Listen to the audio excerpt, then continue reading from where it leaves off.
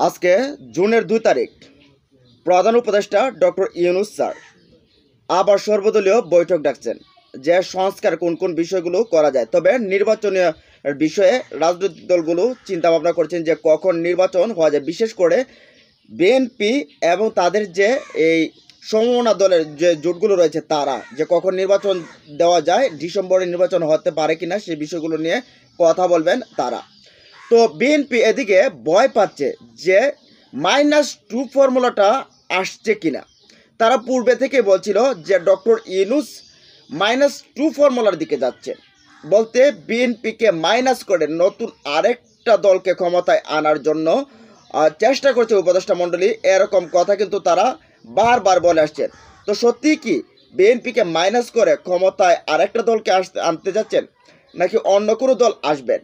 এদিকে দেখেন আপনারা, উত্থান হয়েছে, যথেষ্ট উত্থান হয়েছে ইসলামিক দলগুলো। তারা একটাভাবে তারা বলছে যে একটা বাক্স নির্বাচনে পাঠাবে এবং তারা ঠেই ধরে বসে আছে যে আগে বিচার, তারপরে সংস্কার, তারপরে নির্বাচন। এখন ডক্টর ইউনূস সাহেব যেটা মনে মনে চায় সেই বিষয়টাই চাচ্ছে ইসলামিক দলগুলো। আবার ডক্টর ইউনূস স্যার যেগুলো চায় না, বলতে ডিসেম্বরের নির্বাচন তিনি এটা চাচ্ছেন না মন থেকে, সেই বিষয়টা চাচ্ছে বিএনপি এবং সমমনা দলগুলো যারা আছে তারা। তো এখন আসলে বিষয়টা হচ্ছে কি, আসলে কি -2 ফর্মুলা হতে যাচ্ছে? তাহলে কি সেখান থেকে বিএনপি মাইনাস হবে? যদি 1991 সালের সিস্টেমটা আপনি দেখেন, 1991 সালে শেখ হাসিনার দল বিশেষভাবে সংখ্যাগরিষ্ঠ দল হতে আসন পেয়ে কিন্তু ক্ষমতায় যাওয়ার কথা ছিল। তাদের উচ্ছ্বাসে, তাদের এত পরিমাণ উচ্ছ্বাস, তাদের আনুষ্ঠানিকতাও সেরে ফেলেছিল, তারা খিচুড়ি টিচুড়িও কিন্তু রান্না করা হয়ে গেছিলো। ঠিক তেমনইভাবে পরবর্তীতে দেখা গেছে বিএনপি সংখ্যাগরিষ্ঠ আসন পেয়ে গেছে, তারা ক্ষমতায় চলে গেছে।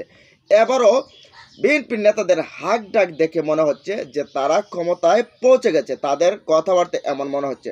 তবে সময় বলে দেবে আসলে ক্ষমতায় কে যায়। যাই হোক, ডক্টর ইউনূস স্যার সর্বদলীয় বৈঠকে কি বলবেন, কি বার্তা দেবেন, কি চূড়ান্ত বার্তা দেবেন এবার, সেই বিষয়টা কিন্তু আসছে।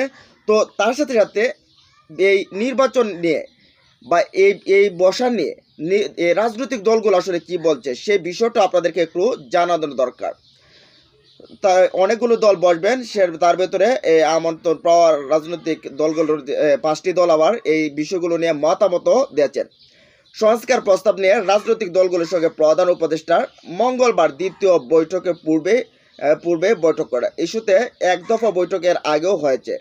সেই বৈঠক থেকে প্রত্যাশা অনুযায়ী ফলাফল আসেনি। বিএনপির স্থায়ী কমিটির সদস্য খন্দকার মুশাররফ হোসেন বলেন, বৈঠকের বিষয়ে তিনি বলেন, আমরা মনে করি আরও আগেও পদক্ষেপ নেওয়া উচিত ছিল। সংস্কারের বিষয়ে রাজনৈতিক দলগুলো যেসব বিষয় ঐক্যমত্য হয়েছে সেগুলো আমরা বাস্তবায়ন চাই। রাজনৈতিক দলগুলোর আদর্শ ভিন্ন, সুতরাং সবাই সব বিষয়ে একমত হবে না। এখন আমরা তো দেখছি যে সংস্কারের ধারাগুলো দিয়েছিল সেগুলো 13টা আমরা দেখছি, তার ভেতরে 11টাতেই দ্বিমত বিএনপি, আর এই 2টাতে বিমত হচ্ছে জাতীয় এই জামাত ইসলাম, আর একটাতে দ্বিমত হচ্ছে এনসিপি। এখন যদি সবগুলোতেই দ্বিমত থাকে বিএনপি, তাহলে সংস্কারটা হবে কিভাবে? এখন বিএনপির কথা মতো যদি সংস্কার করতে হয় তাহলে এই সংস্কার তো কোনোভাবেই হবে না। আবার এই সংস্কার না হলে, বিচার না হলে জামাত ক্ষমতায়, জামাত নির্বাচনে যাবে না, ইসলামিক দলগুলো নির্বাচনে যাবে না। এখন এই যদি অবস্থা হয় যে নির্বাচনে জামাতও যাবে না, ইসলামিক দলগুলো যাবে না, এনসিপিও যাবে না, তাহলে বিএনপি নির্বাচনটা করবে কারে দিয়ে ভাই? দুদু সাহেব তো বলে ফেলছেন যে আমরা নির্বাচন, ডক্টর ইউনূস সাহেব নির্বাচন না দিলে আমরা নির্বাচনের তারিখ ঘোষণা করবো। এখন নির্বাচনের তারিখ ঘোষণা কি তারা নিজেরা করে নিজেরাই নির্বাচন করে ফেলবে? তারা কি ক্ষমতায় আছে? তারপরে আরও বিষয় আসতে পারে, সেনাপ্রধানকে নিয়ে আরও বিভিন্নভাবে গুজব ছড়ানো হচ্ছে যে সেনাপ্রধানকে সরানো হচ্ছে, আবার ডক্টর ইউনূসকে সরানো হচ্ছে। এই বিষয়গুলো নিয়ে আলোচনা আজকে আসবে, চূড়ান্ত একটা সমাধান হয়তোবা আসতে পারে। ডক্টর ইউনূস হয়তোবা কোনো গ্রিন সিগন্যাল পেয়েছেন, গ্রিন সিগন্যাল পেয়ে তিনি এই আলোচনায় আবার ডাক দিয়েছেন। তো আবার বিপ্লবী ওয়ার্কার্স পার্টির সাধারণ সম্পাদক সাইফুল হক বলেন, এটা বৈঠকের চেয়ে আনুষ্ঠানিকতা বেশি, নির্দিষ্ট কোনো অগ্রগতি নেই, রাজনৈতিক বিভাজন অচল অবস্থা থেকে উত্তরণের কোনো পথ নেই। বলতে তারা হচ্ছে বিএনপির যে সমমনা দল তারা। জামাত ইসলামী সহকারী সেক্রেটারি জেনারেল ও কেন্দ্রীয় মিডিয়া ও প্রচার বিভাগের প্রধান অ্যাডভোকেট এহসানুল মাহবুব জুবায়ের তিনি বলেন, আমাদের জানানো হয়েছে এটা দ্বিতীয় পর্যায়ের বৈঠকের উদ্বোধন। বৈঠকে গেলে আমরা বুঝতে পারবো, এরপরে আমাদের যে পরামর্শ এবং ভূমিকা সেটা আমরা রাখব। সেখান থেকে স্পষ্ট তারা বলে দিয়েছেন যে তারা এই বিষয়টাকে তারা স্পষ্ট জানে যে তারা আগে বিচার, তারপরে সংস্কার, তারপরে নির্বাচন এখন যাচ্ছে চাঁদের দেশে, বুঝতে পারছেন এদিকে। ওদিকে ৬ সংস্কার কমিশনের দেয়া সংস্কার প্রস্তাব নিয়ে জাতীয় ঐক্যমত্য কমিশনের দ্বিতীয় দফার বৈঠক শুরু হচ্ছে আজ। যাই হোক, এই বৈঠকে আসলে কোনো কিছু হবে না। যা নিতে হবে এই রাজনৈতিক দলগুলোর কথা বিবেচনা করে কোনো সিদ্ধান্তে ডক্টর ইউনূস পৌঁছাতে পারবে না। কারণ যখন উত্তর মেরুতে বিএনপি, ঠিক দক্ষিণ মেরুতে অবস্থান করছে জামাত, এনসিপি, ইসলামিক দলগুলো। এখন উত্তর মেরু আর দক্ষিণ মেরু এক হওয়া সম্ভব না, আর এই সংস্কারগুলো এমনি তাদের সাথে বৈঠক করাটাও সম্ভব না। এখন যা ডিসিশন নিতে হবে সেটা ফাইনাল ডিসিশন ডক্টর ইউনূস স্যারকেই নিতে হবে।